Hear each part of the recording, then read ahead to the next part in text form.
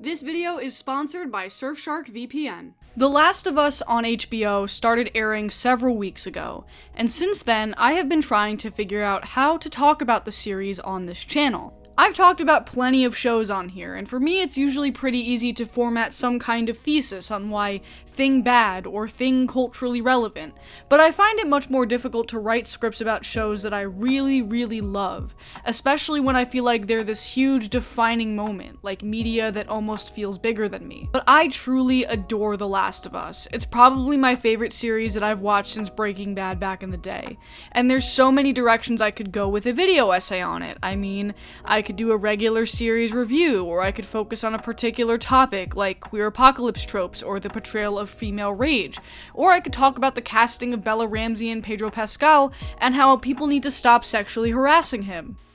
I'm still trying to figure it out. No, people are obsessed by you being. There's Zaddy, there's Daddy. Zaddy? Zaddy. That's the thing, is that I am a Zaddy, actually.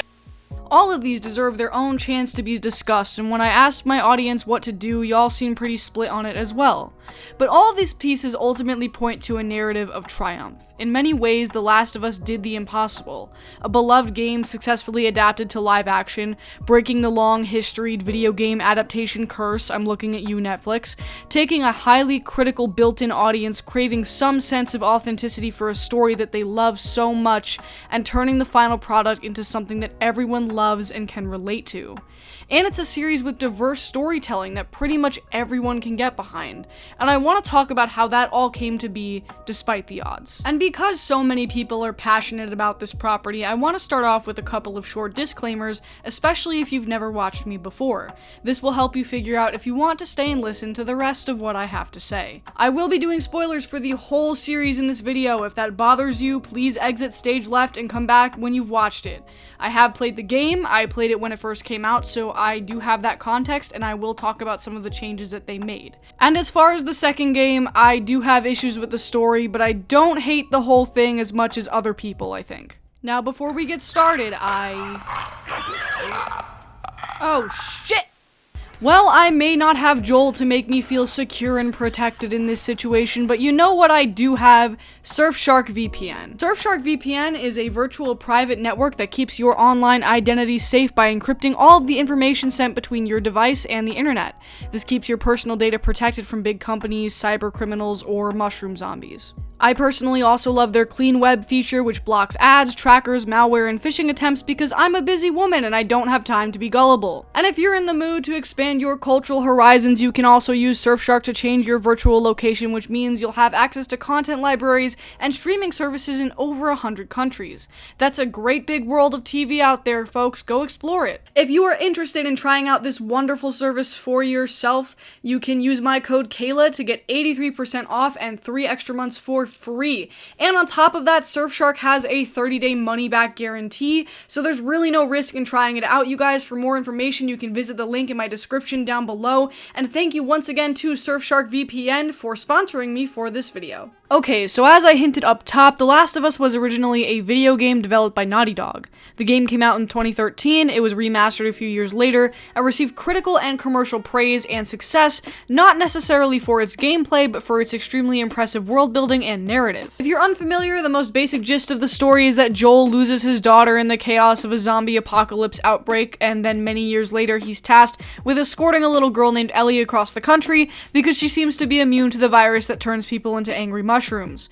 Again, that's bare bones, but I'm going to talk about the show's episodes extensively, so bear with me here. This series has been in development for a while now, and because people are so attached to these characters and this world, and because the politics surrounding popular adaptations have changed drastically over the last few years, the writers Neil Druckmann and Craig Mazin had two main challenges on their hands.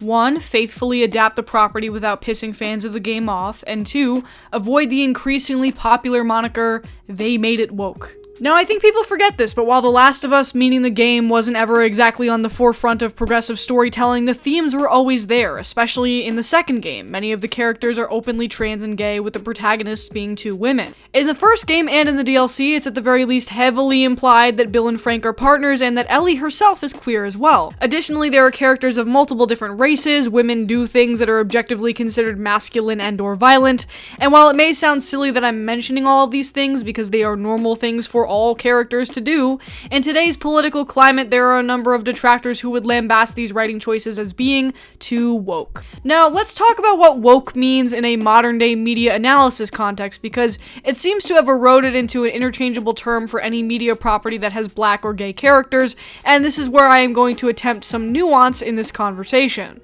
I think the woke discourse truly stems from the issue that our media landscape has seen in the last couple years, where everything that we consume is based on some tie-in or nostalgia for pre-existing IP. So, beloved show or movie that you remember fondly from your childhood gets readapted or remade. Now, adaptations and new iterations of old stories are naturally going to have changes, especially as audiences evolve over time. Like it or not, the criticism of pandering to the woke crowd, while a little obtuse and insensitive, is not entirely incorrect. There is in fact a market for diverse stories and progressive representation out there, and media mega corporations definitely realize this. However, when it comes to pre-existing IP, they often handle it in such a surface level and frankly careless way that the product can sometimes come out worse than the thing it was adapting, which then fuels the misdirected discourse. For example, the show Velma isn't bad because some of the characters are race swapped or because Daphne and Velma are gay. The show is bad because the dialogue is terrible and the characters don't have any basic traits of their previous iterations. But the race swapping and the queer romance are often what gets picked apart in the general discourse. Another example, and I'm totally stealing this from Lindsay Ellis, sorry, go watch this video if you want this topic explained to you more eloquently than I can. In the live-action Disney remakes, they're constantly trying to throw some bare-bones ideology checks into their updated princess stories as sort of a half-hearted apology for the inherently unfeminist tropes of the genre. In the live-action Beauty and the Beast remake, they make Belle an inventor and, give her an opportunity to make an escape before ultimately being held captive anyway. And no one asked for this. The movie isn't bad because it has these feminist elements in it, it's bad because the writing is inconsistent and the visual effects look like ass. And it's going to be the same story for the Little Mermaid live-action remake coming out too. The movie isn't going to be bad because Ariel is black, it's going to be bad because all of the remakes have been bad. All of this to say that there are multiple examples of an attempt at progressive inclusions and adaptations and remakes going sour, and that's pretty much poisoned the well of any nuanced conversation surrounding the level of care and responsibility that showrunners have when working with pre-existing material. But for every bad attempt at pandering in an adaptation, there's so many gems out there that get it completely right. Into the Spider-Verse, Bel Air, HBO's Watchmen, all do what they need to do to service old fans of the IP while making fans feel represented and seen in material that didn't really care to foster their attention or respect in the past. So when I heard about a TV adaptation of The Last of Us, I wondered which aspects of the original story they would be inclined to either embrace or shy away from. In the game, a lot of the more progressive or quote-unquote woke subtext is there for those looking for it, but not at the forefront enough that it would put off the theoretical audience of anti-political gamers who just want to shoot at shit and not have to, engage. But after watching the series, I think they knocked every aspect of this balancing act out of the park. Everything that worked in the game they kept, and everything they changed brought the characters and story to a whole new level. Before we get into what they changed, I think it was actually really smart to start off the series pretty much exactly how they do it in the game. They start by having us experience the world as Sarah and giving us little glimpses into her relationship with Joel before it all goes to shit, and the next thing you know, we're driving with Tommy in the car as they all try to make it out of the city. By the end of the episode, they hit us with Sarah's death at the hands of a soldier, a conclusion that we all know is coming, and as expected, Pedro Pascal acts the hell out of it, and boom, we're in for a season of emotional turmoil. I think nailing all of the beats of this episode without deviating too much from the source material helped prove to the audience that, hey, you can trust us. We know all of the right ways we're supposed to devastate you. The same can be said for the rest of episodes 1 and 2, where the plot really kicks off. Joel, Tess, and Ellie are all getting acquainted with each other and the mission, what they have to do to get to where they need to be, and of course, it all goes wrong and Tess ends up having to sacrifice herself. Some people didn't like how they changed this from the game with the Fedra soldiers, but to me it made perfect sense. It's a little less convoluted, unexpected. It gets straight to the point of Tess exiting the picture, further contributing to the thesis that Joel has pretty much lost everyone he loves but needs to keep on for the sake of keeping on. Overall, I think these 2 episodes are solid. They did a good job of convincing the viewer to establish trust and to stick around for all the things that they may or may not change. And when Joel and Ellie need a car to complete their cross-country road trip, the audience is primed for the next chapter of the story, and change is coming. So I don't remember exactly why, but I didn't get to this episode until like a few days after its release. I knew it was going to be the Bill and Frank section of the game, I knew Nick Offerman was in it, and I thought that was a really great casting, so I was hyped. But little did I know that this would end up being one of my favorite episodes of television that I've ever seen, and it would end up making me look like this by the end of it. If you didn't play the game, Bill and Frank's story turns out drastically different. Joel and Ellie pretty much show up demanding a car from Bill, who is alive, only to later find the body of Frank hanging from the ceiling. Frank unalived himself after being infected, only to leave Bill a note that he hated his guts. It's heavily suggested that they were partners in life before his death, but ultimately it's a sad and miserable end to this chapter of the story, and while that is the point of most zombie apocalypse genre media, I think The Last of Us is different in that it's about the humanity of the characters in a place with no humanity left. Sure, you need some doom and gloom to really juxtapose those 2 ideas, but the showrunners decided to take these 2 characters and give them a different fate in the adaptation. In the show, Bill is a doomsday prepper who meets Frank when he stumbles across his fortified abandoned town, and in this version they've actively been communicating with Joel and Tess for decades through the radio. But what this episode is really about is the relationship between Bill and Frank over the years. Bill has a hardened exterior and doesn't want to let anyone into his world, so he's actually thriving by himself in the apocalypse. But then he meets Frank, who figured him out pretty quickly and slowly is able to break down his walls. He does this by picking up on Bill's little quirks that could be written off as an angry man who doesn't trust people, but the bond really forms when Frank badly performs a song on Bill's piano, Long Time by Linda Ronstadt. Then Bill takes over, playing the song with so much emotion, and by the end of it, Frank has him fully realized. So, who's the girl? Girl you're singing about? There is no girl. So the next couple of scenes follow Bill and Frank as they build their lives together. Not all is smooth sailing, as Frank is more of an optimist and wants to bring some sense of normalcy to the situation, while Bill wants to continue being closed off and paranoid to the cruel world around him. Despite a close call with some raiders, Bill and Frank do what they need to do to survive. They're some of the only people we've seen so far in this world who have come out pretty much unscathed, and after all of it, they still have each other. So why did this episode make me dry heave like a baby animal? Well, at the end of the episode, there's a skip in time, and Frank is living with some kind of degenerative illness that causes him a lot of pain.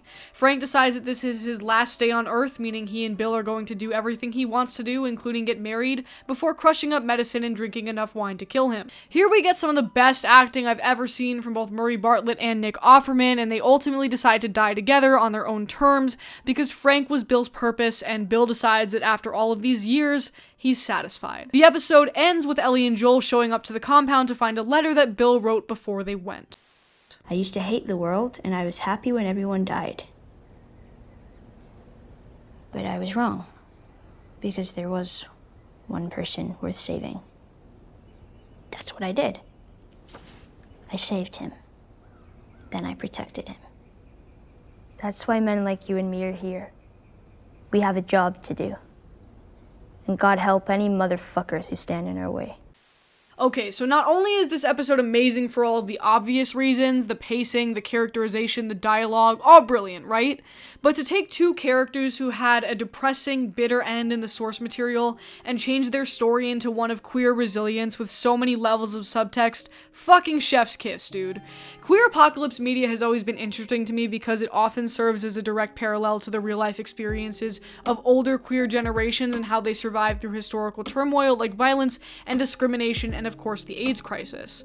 There are two overt references to this parallel within the episode. In the scene when Frank and Bill are eating strawberries in the garden, Bill says he's getting old, only for Frank to reply and say that older means we're still here, which is super heartfelt and beautiful and emblematic of how queer couples are able to endure and persevere when all of the odds are against them. The second reference to this actually plays out over the first few episodes. Ellie figures out that Joel and Tess have been communicating with Bill and Frank over the radio, and that different types of music they play out mean different things. things. Ellie deciphers that 80s music means trouble, a subtle reference to the AIDS crisis in the 1980s. We later find out that the 80s playlist goes off if no one resets the timer, meaning that something must have happened to Bill and Frank, which is why Joel reacts the way he does.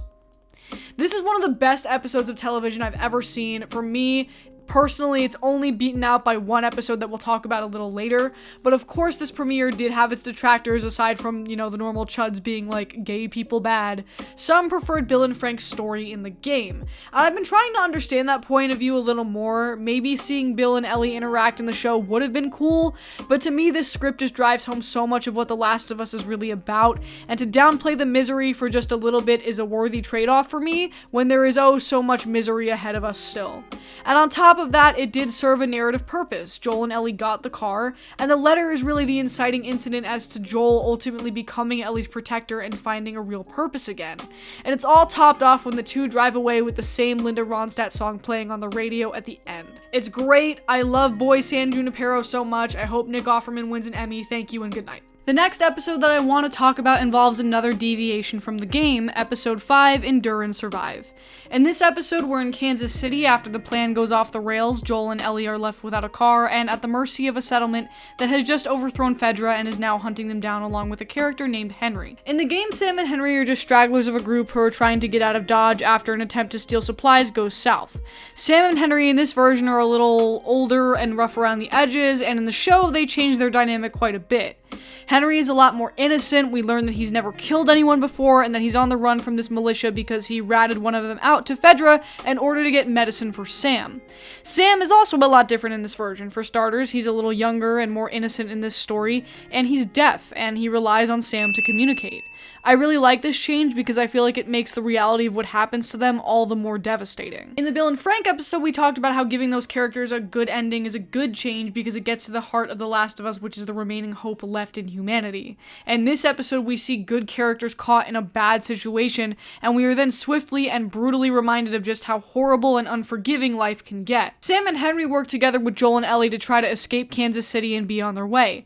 They of course almost get to this point before it all goes south, and the militia led by the ruthless Kathleen, whose brother Sam got killed, catch up to them. A lot happens here. Not only do we get this badass scene with the infected rising from the underground and ripping Kathleen to shreds, but we also see one of the first instances of Joel as the protector, trying to shoot down infected from the watchtower in order to get Ellie to safety. This all works out as well as it can, and the episode ends with Henry, Sam, Ellie, and Joel making plans to leave together in the morning.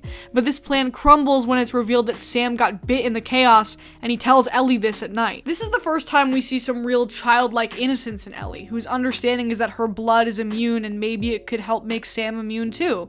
So she pours some blood onto his bite, hoping that it might be enough to save him. Of course this doesn't work, and in the morning Sam, who is completely turned, attacks Ellie in front of Joel and Henry. Henry makes the split-second decision to shoot Sam in order to save her, and Henry, unable to cope with the fact that the only person he's ever killed is his own brother, turns the gun on himself. This was heartbreaking in the game, but I think all of the changes made in this episode really do make it that much more devastating. Playing up Sam and Ellie's innocence, the fact that Ellie tried to save him and couldn't, it elevates the whole concept so much more. As far as the militia group in this episode, I know feelings are kind of split on their inclusion. I could take it or leave it, but I think it was satisfying to watch them get fucked by the infected due to their own hubris in the end. And this was a small detail too, but I love that Henry drew the superhero mask on Sam as a way to comfort him. It was really wholesome and the whole thing was really well done. Of course, I also love that this episode was super inclusive. The actor who plays Sam is deaf in real life, and they had interpreters on set to help teach ASL to the cast, which to me is just really great and shows how much care was put into this whole project.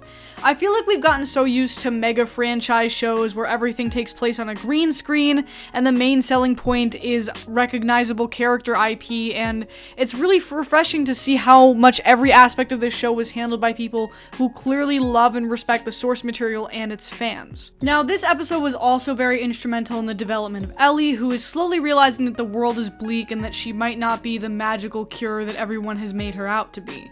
The last two episodes I want to talk about are very Ellie-centric, but I do want to mention that Pedro Pascal as Joel is fucking incredible throughout this whole series as well. Something that I really liked in this adaptation was his conversation with Tommy, where he's trying to convince him to take Ellie to the Fireflies once they arrive at his settlement. All I do, it's all I've ever done. It's failed. Again and again. Pedro and Diego Luna absolutely kill the acting here, and it really sets the scene for what's to come when Joel gets injured by raiders and Ellie is forced to step up and take care of him. So at this point, all hope seems lost. Joel is down for the count and he tells Ellie to go to Tommy and basically leave him there to die. But as she's making this decision, we enter a flashback that is actually a DLC story from the game that shows us how Ellie got bit and why she can't just give up so easily. Folks, I present to you Sad Gay Episode Part 2, Electric Boogaloo. In this episode, we get more of an insight into what Ellie's life was like before she got bit and became a human cargo mission. She was a kid going to school run by Fedra and was kind of a troublemaker who marched to the beat of her own drum, along with her friend Riley, who mysteriously disappeared 3 weeks prior. Riley comes back in the middle of the night and we learn that she has actually joined up with the Fireflies, likely because her outlook if she stayed in the Fedra camp wasn't looking great. But when she returns, she tells Ellie that she wants to show her a fun night and takes her to the abandoned mall that is supposedly full of infected. First of all, the production design here looks amazing, but this is also an example of a diversion that really works to help elevate the story. We're placed in a fun and exciting environment, and we're really getting a sense of just how fucked it is for these two teenage girls to live in a world where even a fun time at the mall has to be full of dread and fear because we as audience members are so used to the way this world operates that we know what's coming next. After a few shenanigans, it comes to light that Riley is supposed to leave the Boston QZ to relocate to a new Firefly post, sending Ellie into a rage because obviously the two have feelings for each other. Eventually, we find the two in the Halloween store where Ellie convinces Riley not to leave to join the Fireflies and the two share a kiss. And then the story ends here because we can be happy and have nice things. Just kidding. Turns out all of the noise they were making while playing Mortal Kombat woke up the infected in the mall, and after fighting off and killing them, they realize that they've been bit. At this point, Ellie doesn't know she's immune, so the two of them realize that this is essentially a death sentence and weigh their options. That's when Riley, played by Storm Reed, gives a really impressive and poignant monologue to Ellie. But we don't quit.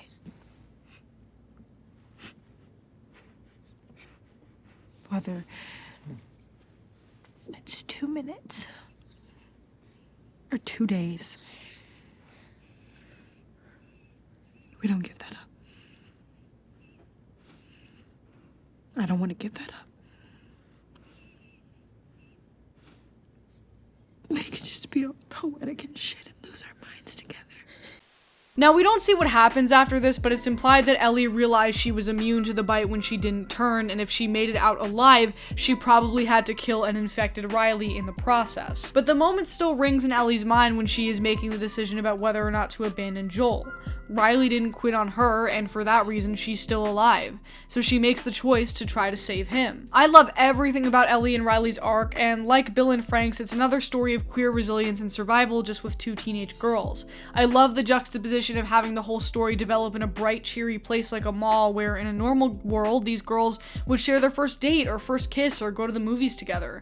But instead, it's this twisted post-apocalyptic nightmare, and you really feel bad for them because they don't know the world any other way. And because Bella and Storm really portrayed the whole episode beautifully, so many other parts of Ellie's character really come to the forefront. The fact that she told Joel that she has killed someone before means that we know that person was probably Riley. And it just adds so many layers to the "everyone I love has either died or left me" speech a couple episodes earlier. Again, there was some hate for this episode because it's not actually part of the main game, it was only ever DLC, and for some reason there's this whole argument now that character development is non-essential if it diverts from the main plot, which is just dumb and bad because it's these same motherfuckers who will tell you that the Fly episode from Breaking Bad is a masterpiece and not understanding the correlation between the two. Anyway, I absolutely adored this episode, but there is still one part left of this story that completely blew me away. Episode 8, When We Are in Need. At this point, some time has passed where Ellie is trying to survive and keep Joel alive while he heals from his injuries. She ventures out to hunt for food when she comes across two men from a settlement of hungry, desperate people.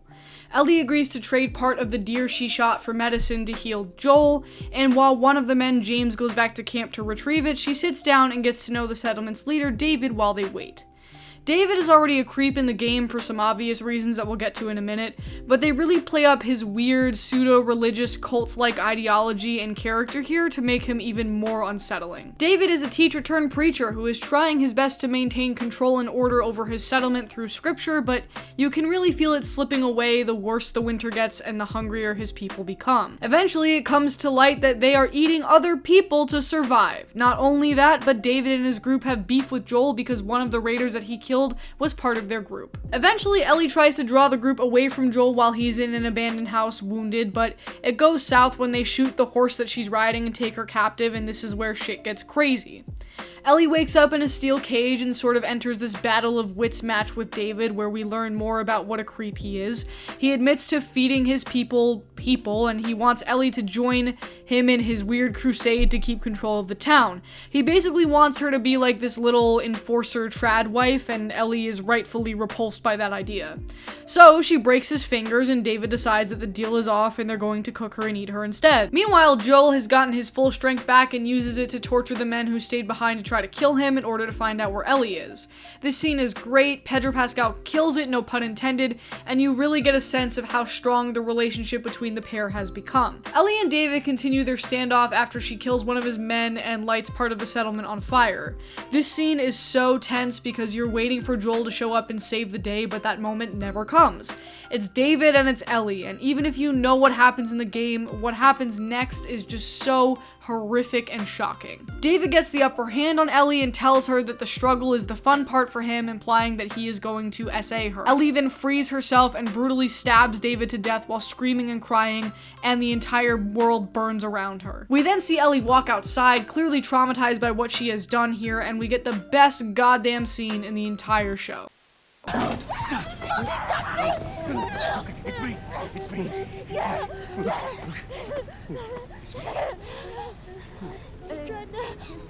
Oh, girl. It's okay, baby girl. I got you. Everything about this is incredible. I still cannot stop thinking about Bella Ramsey portraying the rage needed for this sequence so unbelievably well, and I really think it was amped up by how creepy and unsettling they chose to make David. Ellie is just a young girl who has already been through so much, lost so much, and is about to suffer at the hands of this violent and unhinged man, and she protects herself in the most brutal and horrific way, thinking about what she has to do to save Joel and how she couldn't save Riley. It's incredible. Bella Ramsey absolutely kills it, and I hope they get an Emmy for their performance here. It's amazing. Joel also perfectly nails the scene where the two reunite, comforting her after this traumatic event and protecting her the same way he protected his daughter when the outbreak first happened. The two of them walk away into the distance and the episode ends. Hey, hello, me from the future cutting in here. We watched the last episode of The Last of Us Season 1 last night after the Oscars, and it was good. I mean, it definitely stuck very close to the game. For those who didn't play the game, basically, Joel brings Ellie to the hospital. The Fireflies are about to start the procedure, and Joel finds out that that procedure will kill her, and so Joel goes sicko mode and kills everybody in the hospital and takes Ellie from the hospital bed and then lies to her about what happened. That's the end of the game, and they pretty much stuck with that almost shot for shot. The only things that were different, I think, were the beginning of the episode where Ellie in the game, Ashley Johnson, the voice actress who played Ellie in the game, plays Ellie's mom in like a flashback and literally gives birth to Ellie as she's dying because she got bit by a clicker, which probably implies that that's how Ellie became immune in that situation. So I thought that was a cool little ad. I thought that was some interesting lore. And then the other thing that I don't think this was in the game, correct me if I'm wrong, I just don't remember it, was this little conversation before this between, before Ellie gets taken to the hospital. Joel and Ellie talk, and basically Joel tells Ellie that after Sarah died, he was going to unalive himself, and he missed, and that's how he got the scar. And then Ellie's like, oh, well, I guess time heals all wounds then, and then Joel's like, no, it wasn't time. And I thought that was very cute and wholesome, and then, you know, the show goes on to devastate you the exact same way the game does. I enjoyed it. I think maybe it would have been a little bit more impactful had I not known the ending to the game, and I'd like to, you know, if you didn't play the game and you didn't know it was coming, definitely leave your experience with the finale in the comments down below. I think it was a little short, weirdly enough. Like, I feel like, I don't know what they had everything in there. They had Ellie's origin story, they had the giraffe scene where they see the giraffe before they go to the hospital, it's very cute, and they had the hospital scene, so they had everything that needed to be in there, but it's still just, you know, it was a very condensed kind of 45 minutes, and I feel like they could have taken a little bit more creative liberty, because as I've explained in this video, I like a lot of the creative liberties that they took, like, you know, up until this point in the show. So I think there could have been a little bit more of that, but I also understand that the finale of the game is a masterpiece, and it's why the game is so well regarded as it is. So that's my thoughts on the last episode. Can't wait for season 2. If you didn't play the game, you are in for something. You are in for a piece of media. Definitely. Ultimately, I will be thinking about this show for a long time. I know it's coming back for season 2, and I know the writers have a real challenge on their hands based on the source material they're working with, but I'm optimistic about it. I guess what I wanted to drive home here is that diverse storytelling can be so powerful when the people behind it actually care. You can tell that everyone involved in making this series wanted to do every aspect of it justice, and that the representation of queer characters, disabled characters, and unbridled female rage was just a natural consequence of being given the opportunity to make great art. Thanks for watching, and I'll see you next time. I've done everything I know to try and make you